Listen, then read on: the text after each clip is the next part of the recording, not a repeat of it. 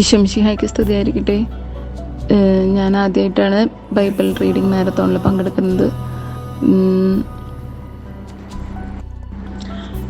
17, 18, 19 തീയതികളിലാണ് എനിക്ക് വായിക്കാൻ സ്ലോട്ട് കിട്ടിയത്. അപ്പോൾ 17-ാം തീയതി ഇവിടെ ഭയങ്കര ഇടിവെട്ടോടുകൂടി മഴയായിരുന്നു.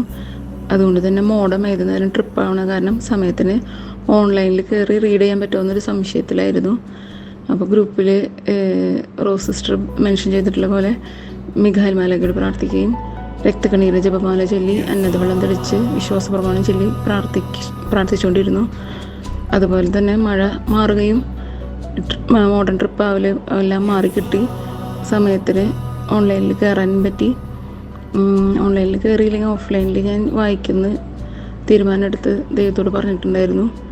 പക്ഷെ അതിനൊന്നും വേണ്ടി വന്നില്ല. ഓൺലൈനിൽ തന്നെ കയറി ആദ്യമായിട്ട് എനിക്ക് വായിക്കാൻ സാധിച്ചു. അതിന് ദൈവത്തിന് നന്ദി പറയുന്നു.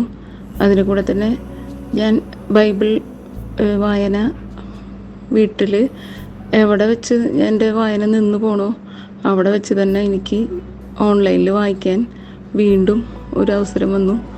അതായത് 1 സാമുവേലാണ് എനിക്ക് എപ്പോഴും വായന എൻ്റെ നിന്ന് പോണത്. അപ്പോൾ അവിടെ വെച്ച് തന്നെ വീണ്ടും എനിക്ക് വായിക്കാനുള്ള ടേൺ എത്തി. അപ്പോൾ ദൈവം എന്നോട് സംസാരിക്കുന്ന പോലെ എനിക്ക് ഉള്ളിലൊരു പ്രേരണ വന്നു.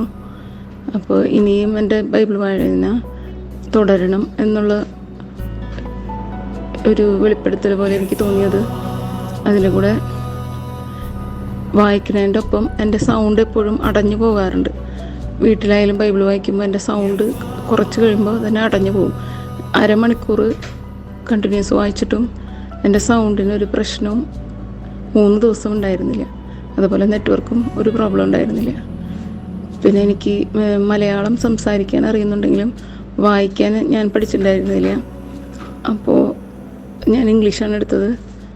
അതും എനിക്ക് ഒരു ടെൻഷൻ പോലെയായിരുന്നു. പക്ഷെ അതെല്ലാം മാറി ഞാൻ വലിയ കുഴപ്പമില്ലാത്ത രീതിയിൽ വായിക്കാൻ ദൈവം അനുവദിച്ചു എന്ന് ഞാൻ വിശ്വസിക്കുന്നു. ബൈബിൾ റീഡിംഗ് മാരത്തോൺ അറേഞ്ച് ചെയ്യുന്ന എല്ലാവർക്കും നന്ദി പറയുന്നു. ദൈവത്തിന് 1000 നന്ദി പറയുന്നു.